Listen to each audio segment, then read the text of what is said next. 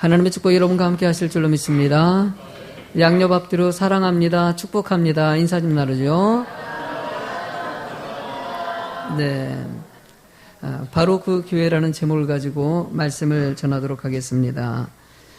제가 전도사로 처음으로 임명을 받고 나서 사역을 시작할 때 당시에 서울에 있는 온누리교회라고 있습니다. 하영조 목사님 목회하시는 그 교회에서 사역 세미나를 했습니다. 그래서 교회 목사님과 부교역자님들이 다 가서 할 때 제가 전도사로서 처음으로 그 세미나를 좀 참석하게 됐어요.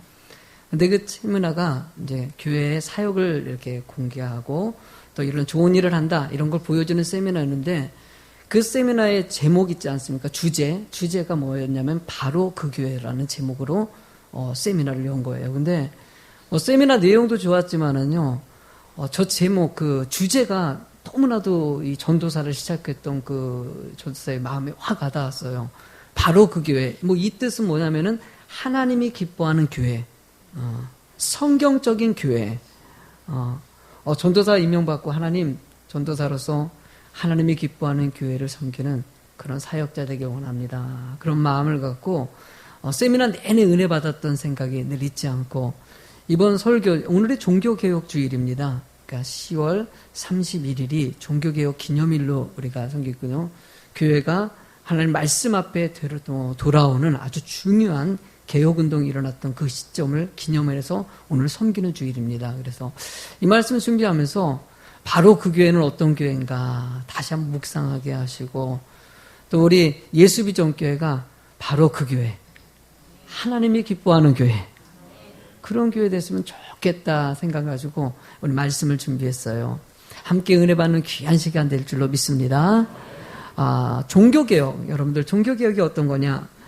종교개혁은요 1517년도 10월 31일에 마틴 루터가 대학교 정문에다가 글을 대자보를 붙였는데 그 대자보의 내용이 뭐냐면은 교황청에 95개 조에 질문을 붙이면서 시작된 개혁운동이에요. 쉽게 얘기하면 95개의 그 질문의 내용이 뭐냐면은 당시에 천주교가 말씀 안에서 너무나도 벗어난 것이에요.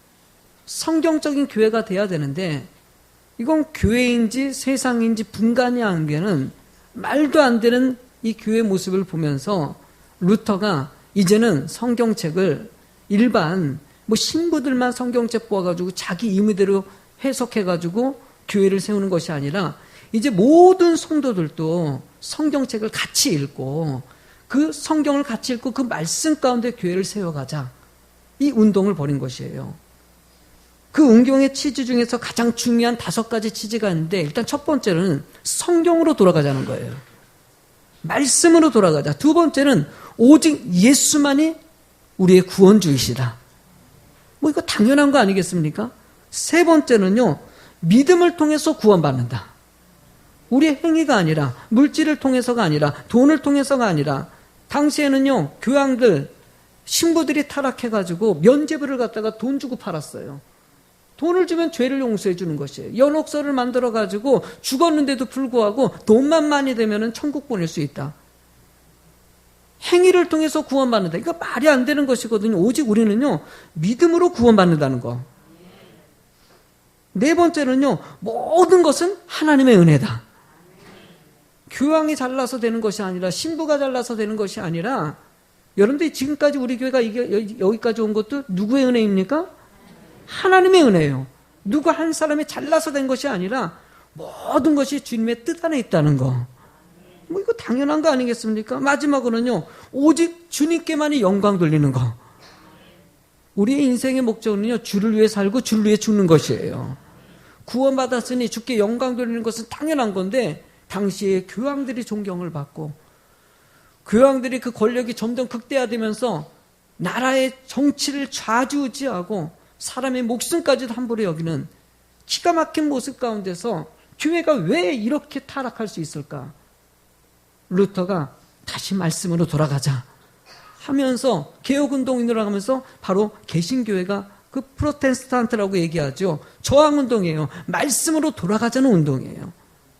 이 기념일을 통해서 우리 예수비전교회도 마찬가지고 주의 교회가 순간 뭐 천주교 같이 그렇게 타락해버릴 수 있는 순간 가운데 하나님은 지금도 이 땅의 교회들이 정신 바짝 차리고 깨어있기를 원하신다는 거예요. 저는 예수비전교회가 좋은 교회 됐으면 좋겠어요. 하나님이 기뻐하는 교회 됐으면 좋겠어요. 제가 이번에 한 주간 동안 휴가로 장모님 또 좀 댁을 좀 방문해서 갔다 오는데 거기 장터에 갔더니만은 시장에 좀 갔더니만은 거기서 좋은 교회를 만났어요. 좋은 교회 만났는데 이유는 뭐냐면 교회 이름이 좋은 교회예요. 근데 그냥 그게 갑자기 그냥 제가 설교를 또 이렇게 준비했잖아요. 그러니까는 갑자기 그 교회가 우리 아내한테 그랬어요. 좋은 교회네. 좋은 교회네. 근데 잘 생각해 보십시오. 간판이 좋다고 해서 좋은 교회일까? 아니죠. 예수비전교회, 하나님의 꿈을 꾸는 교회예요. 교회 이름이 예수비전교회라서 예수비전일까요? 아니에요. 우리의 삶의 모습이 하나님 앞에 온전히 세워졌을 때 그 교회가 진짜 좋은 교회고요. 하나님의 꿈을 꾸는 교회, 여러분들이 꿈을 꿀 때 좋은 교회가 되는 것이에요.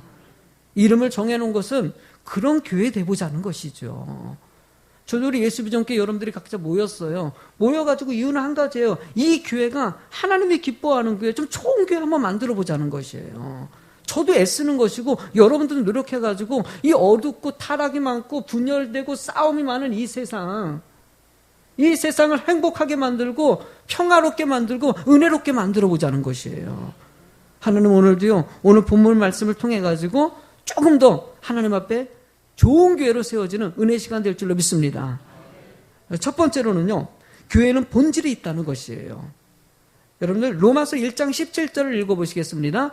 복음에는 하나님의 의가 나타나서 믿음에 이르게 하나니 기록된 바 오직 의는 믿음으로 말미암아 살리람과 같으니라. 여러분 복음은요, 오직 믿음으로 말미암아 사는, 오직 주를 위해 살고 주를 위해 죽는 주의 선택한 백성들, 의로운 선택한 성도들을 통해서 주의 교회가 세워지고, 그리고 본문에 또 이 로마서 12장 1절도 같이 이어서 읽어보시겠습니까? 그러므로 형제들아 내가 하나님의 모든 자비하심으로 너희를 권하노니 너희 몸을 하나님이 기뻐하시는 거룩한 산 제물로 드리라. 이는 너희가 드릴 영적 예반이라. 믿음으로 의롭게 된 성도들이 하나님 앞에 온전히 드려짐으로 예배하는 것, 온전히 드려지는 성도가 되는 것, 그게 바로 교회의 본질이고 그것이 복음이라고 얘기하는 것이에요. 하나님은 우리의 생각과 판단이 오직 누구를 향하기를 원하십니까? 하나님만을 향하기를 원하셔요. 그러니까 이 예배 처소는요, 누구께 영광 돌리는 거예요? 하나님께 예배 드리는 장소이고요, 찬양하는 장소이고요, 주의 사랑을 증거하는 장소로 쓰여지는 것이 교회 본질이라는 것이에요. 예수님께서 십자가에 못 박히기 전에 예루살렘에 입성하는 장면이 오늘 본문의 앞절에 등장합니다. 예루살렘에 입성할 때 많은 사람들이 나와서 가지고요, 예수님을 찬미하면서 호산나 다윗의 자손이요 하면서 예수님을 영접합니다.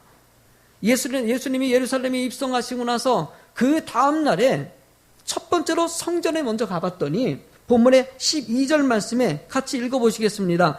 예수께서 성전에 들어가사 성전 안에서 매매하는 모든 사람들을 내쫓으시며 돈 바꾸는 사람들의 상과 비둘기 파는 사람들의 의자를 둘러 엎으시고, 예수님이 성전에 들어갔더니만 성전 안에서 세상에 비둘기를 팔고 거기다 돈을 바꾸는 일이 있더라는 것이에요. 상상하지 못할 일들이 교회 안에서 벌어지더라는 것이에요. 여러분, 이 성전은요, 하나님 앞에 예배하는 장소인데 그 예배의 초소가 당시에 제사장이 타락을 해가지고 성전 안에서 물건을 팔 수 있도록 뇌물을 받고 판권을 판 거예요.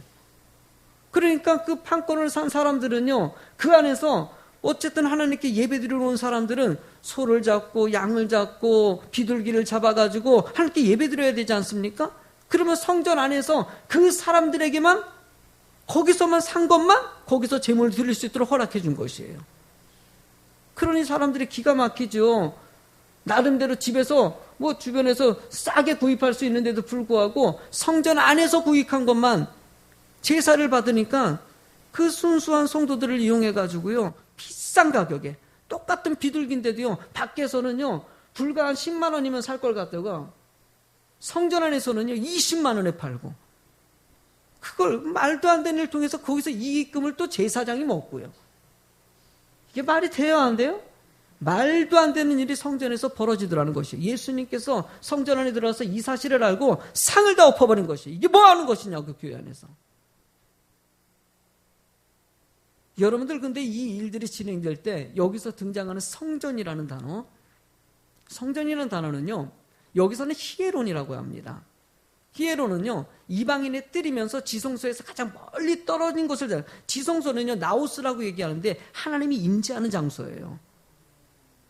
사실 지성소가 가장 중요한 곳이고, 여기서 얘기하는 성전은요 멀리 떨어져 있는 곳이기 때문에 소홀히 여길 수 있는 장소라고 볼 수 있어요. 그러나 하나님의 성전은요 멀리 외곽에 있던 여기 있던 다 중요해요, 안 중요해요?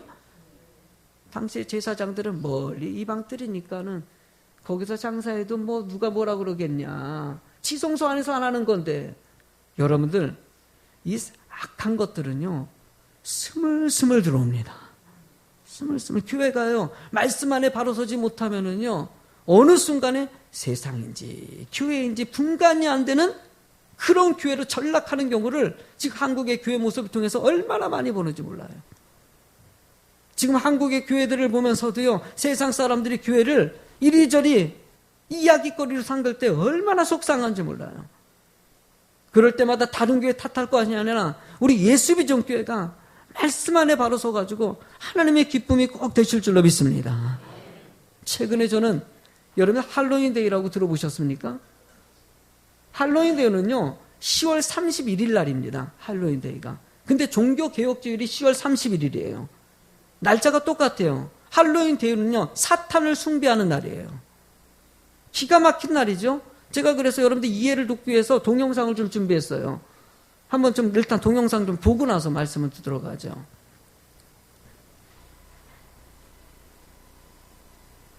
지금부터 약 2500년 전, 아일랜드라는 나라에 켈트족이라는 민족이 살고 있었어.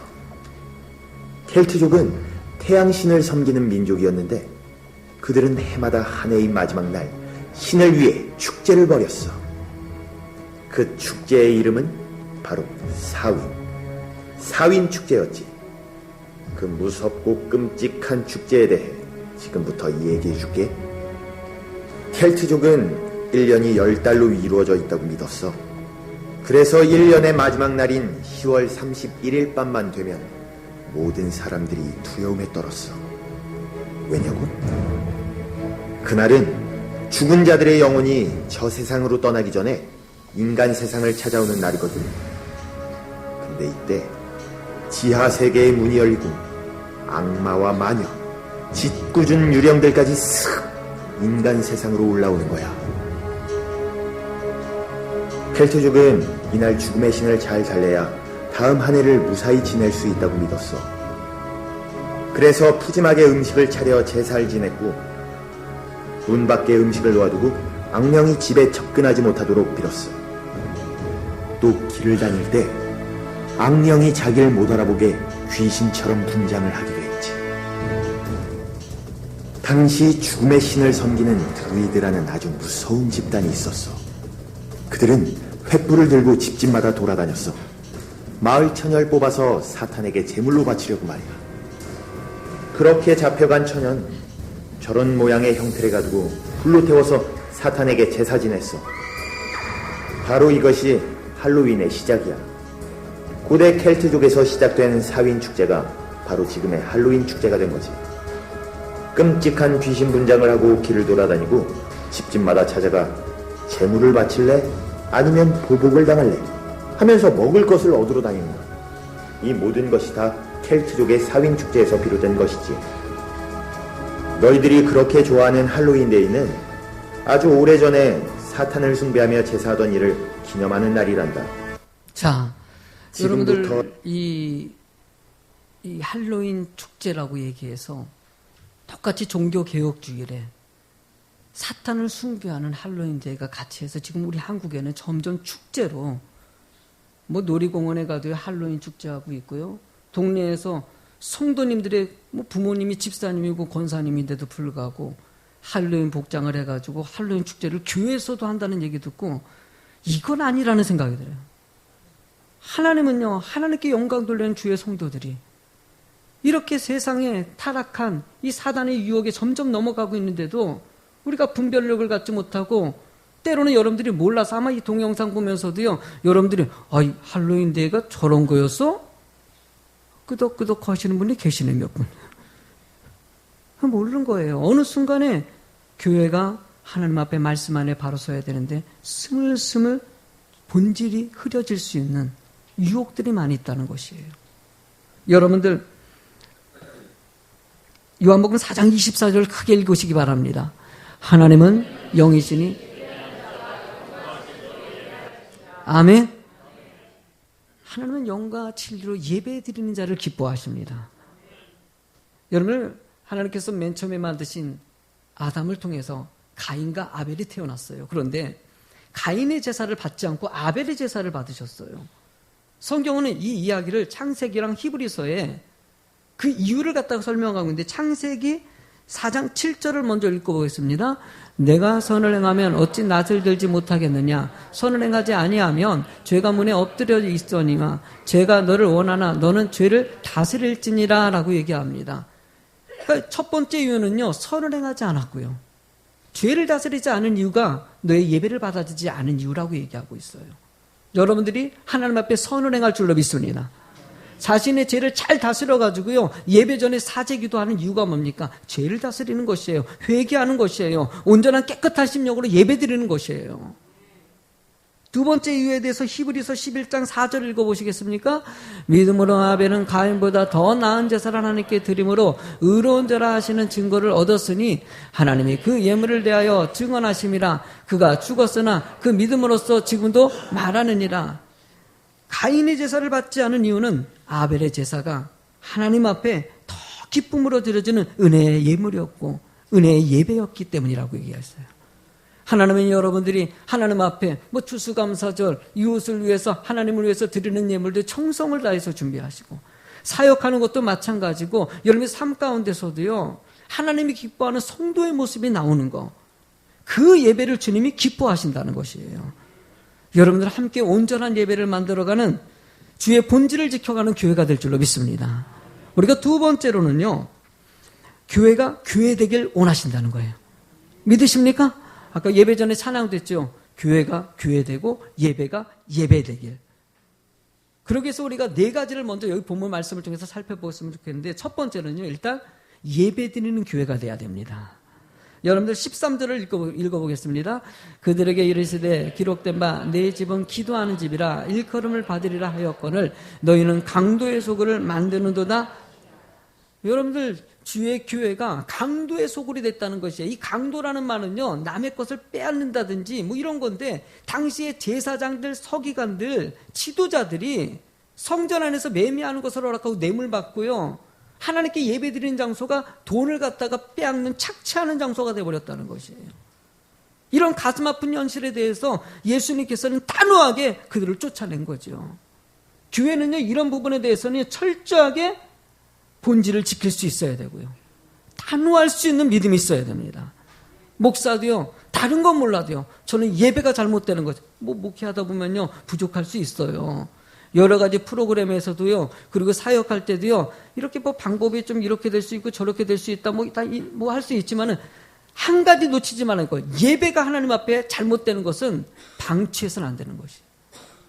저는 여러분들이 예배 드릴 때도 온전히 예배 드리십시오. 이렇게 단칼 얘기하지 않습니까? 때로는 이런 얘기를 할 때마다 예배를 정말 이렇게 잘 못 드리는 분들이 계셔요. 그분들이, 목사님은 또 저 듣기 싫은 소리 하시네, 이렇게 들릴 수가 있어요. 그래도 강단에서는요, 그 말씀을 해야 돼요.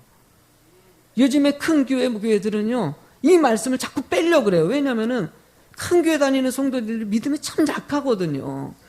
주일날에 잠깐 왔다가 예배 드리고 거의 끝날 때 와가지고 축도 받고 가는 성도들이 점점 늘어나고 있어요. 그러니까 목사님이 설교 가운데 예배에 대한 설교, 이런 지각하지, 이런 설교하면요, 그 다음 주에 성도 숫자가 줄어들어요. 이러니 목사님이 이렇게 눈치를 보는 거예요. 여러분, 그래도 교회는 교회가 돼야 됩니다. 예배는 예배가 돼야 됩니다. 여러분들이 아직까지도 예배 질서가 안 되면 기도하셔요. 괜히 이 소리 딱 듣고 다음 주에 안 드리자. 이러면 안 되고. 그래도 하나님, 온전한 예배 드려야 되겠습니다. 온전한 예배를 주님께 영광, 이런 마음을 가지셔야 된다는 거예요. 사실 본문의 말씀을 인용한 것은요, 이사야 선지자의 말씀을 이용한 건데요. 이사야 선지자 이사야서 56장 6절과 7절 말씀을 같이 읽어보시겠습니까? 또 여호와 연합하여 그를 섬기며 여호와의 이름을 사랑하며 그의 종이 되며 안식일을 지켜 더럽히지 아니하며 나의 언약을 굳게 지키는 이방인마다 내가 곧 그들의 나의 성산으로 인도하여 기도하는 내 집에서 그들을 기쁘게 할 것이며 그들의 번제와 이상을 나의 제단에서 기꺼이 받게 되리니 이는 내 집은 만민이 기도하는 집이라 일컬음이 될 것임이라. 할렐루야. 사실 이 말씀은요, 이스라엘이 멸망할 거라는 것을 이사야 선지자가 알고요, 너희들은 이미 나라는 멸망할 거야. 우상 숭배했으니까. 그러나 그렇게 멸망했더라도 회개하고 돌아오는 성도들을 통해서 이 성전이 만민이 기도하는 성전이 될 것이라는 거예요. 이 순간에도요, 이사야 선지자의 말씀을 통해서 회복운동이 일어날 것이라는 것입니다. 저는요, 우리 교회가 기도하는 교회 되길 간절히 소망해요. 교회는요, 주님을 만나는 장소예요. 제가 개척하면서요, 소신 한 가지 놓지 않았던 것은요, 제가 개척을 준비하면서 3년 동안 교회 150교회를 다녀봤었는데, 교회가 어떤지 한번 만나면 평일날 가면은요, 늘 교회가 문 닫혀 있는 교회가 참 많은 거예요. 문 닫혀 있는 이유가 뭐겠습니까? 도둑 맞을까봐. 이해는 가요. 교회 물건들이 도둑 맞고 도둑이 많으니까. 너 그걸 갖다 부정하고자 하는 것은 아니에요. 또 이해는 갑니다. 그렇지만은 때로는 그래도 성전으로 기도하고자 오는 손길이 있지 않겠습니까? 그래서 제가 개척하기 전에 우리 예수비전교회만큼은 성전문을 늘 열어놓는 교회다. 그런 다짐을 하고 교회를 개척하고 드디어 문을 열어놓고 계속 문 열어놓고 교회 목회를 시작했더니 도둑님이 오셔가지고 알다시피 몇 번 듣지 않았습니까? 방송실에 있는 거 싹 가져갔어요. 아주 깔끔하게 만들어놨죠. 도둑 들고 나서 집사님이 얘기했어요. 목사님, 이렇게 도둑 드는데 도둑이 오게 만드는 것도 이것도 나쁜 거 아니냐고. 그래서 제가 그랬죠. 이제 훔쳐갈 거 없으니까 열어놓자고. 그래서 계속 그냥 열어놓고 지금까지 왔어요. 제가 소신지킨 거는요, 도둑을 좀 맞아서 피해보더라도 한 영혼이라도 와가지고 주님을 만나고 기도할 수 있는 영혼이 있지 않겠습니까? 그냥 저는 그 은혜를 주신 거예요. 그냥 그 은혜 주셨기 때문에 앞으로도 우리 교회는 그냥 계속 문 열어놓을 거예요. 누가 뭐라 그래도. 그러니까 저녁 늦게는요, 경찰서에서 이게 교회는 지키지 않고 문 열어놓으면 저녁 늦게는 이게 탈선의 장소가 되기 때문에 10시 넘어서랑 새벽 4시까지는 좀 닫아달라는 요청이 있어서 그때만 좀 닫는 거 외에는. 그리고 저녁 시간에 또 기도하실 분들은 성도님들에게 비밀번호 다 가르쳐 드려가지고 저녁 늦게라도 기도할 수 있는 문을 열어놨거든요. 주의 교회가 할 수 있는 대로 하나님 앞에 기도하고 주님을 만나고 주님을 영접할 수 있는 축복의 장소가 되는 거. 왜냐하면 그것을 하나님이 기뻐하시기 때문이라는 거예요. 저는 예수비전교회가 그런 은혜의 장소가 될 줄로 믿습니다. 두 번째로는요, 바로 치유하는 교회 모습이 본문에서 은혜로 가르쳐줍니다. 한번 14절을 읽도록 하겠습니다. 맹인과 저는 자들이 성전에서 예수께 나음에 고쳐집니다. 절고 어려운 맹인들이 예배를 드리고 나오는 사람들을 통해서 너무 불쌍히 여기서 그들을 치유해줬다고 합니다. 여러분들이 이 땅에 여러분들이 이렇게 고생하고 힘든 일이 생기는 것도요, 이 타락한 세상에 살고 있기 때문이에요.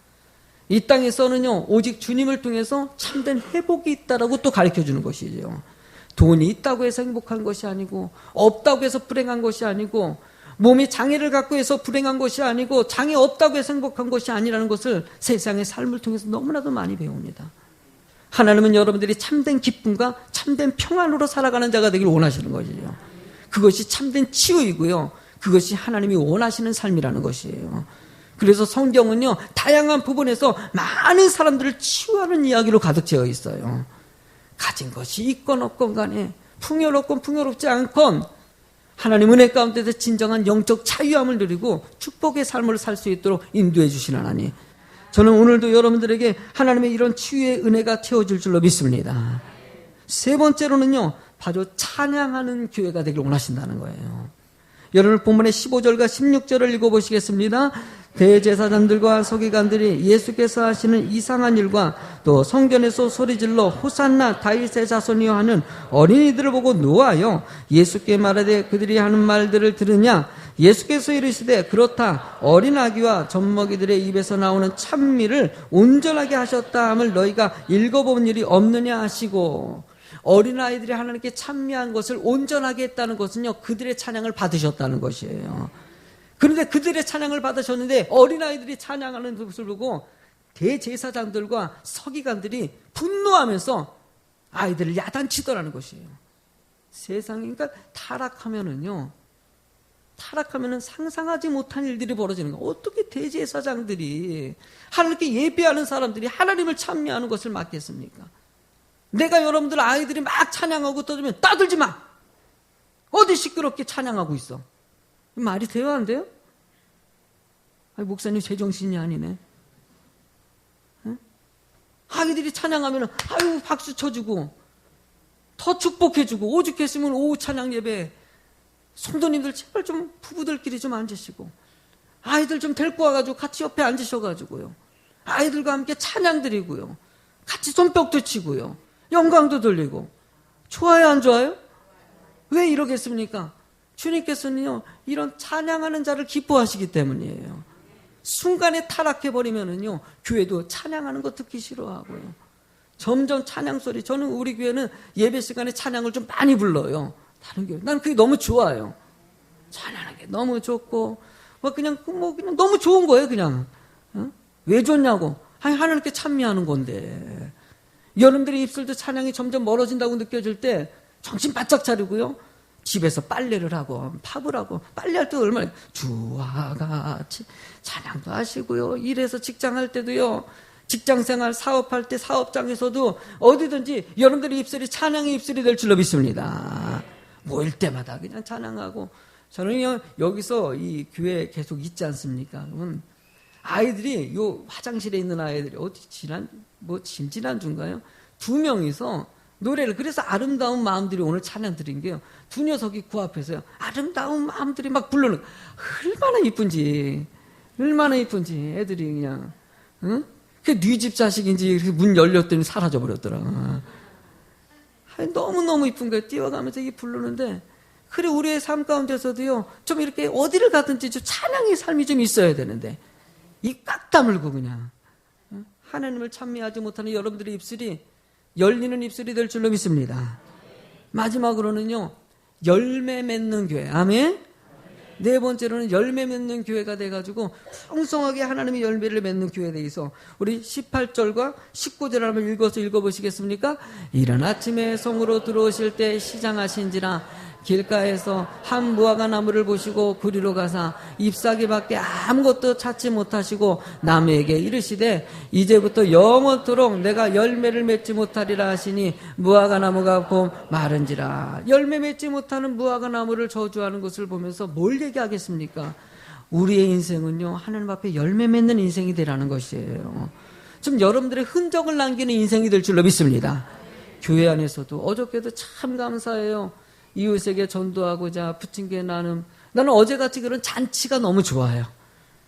그냥 모여가지고 부침개도 붓고 솜사탕도 하고 커피도 하고 동네 주민들이 와가지고 그거 먹고 마시고 막 그냥 무슨 야시장이 하나 만들어진 것 같이 그냥 너무너무 그런 분위기가 좋은 거예요.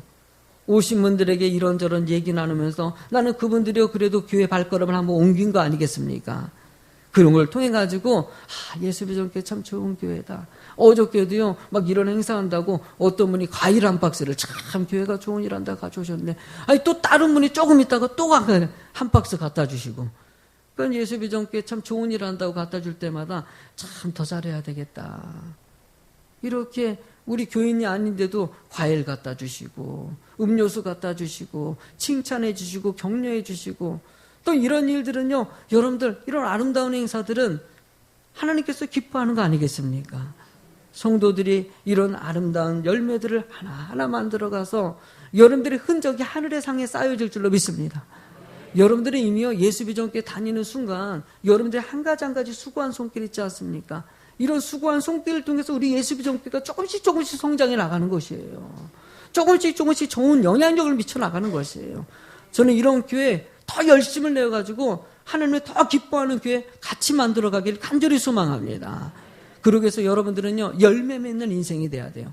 성경은요, 너무나 잘 아는 말씀이죠. 갈라디아서 5장 22절, 23절 크게 읽고 말씀 마치도록 하겠습니다. 오직 성령의 열매, 사랑과 일학과 화평과 자비와 양성과 충성과 온유와 절제니 이 같은 것을 금지할 법이 아멘. 이런 성령의 열매가 풍성할지어다.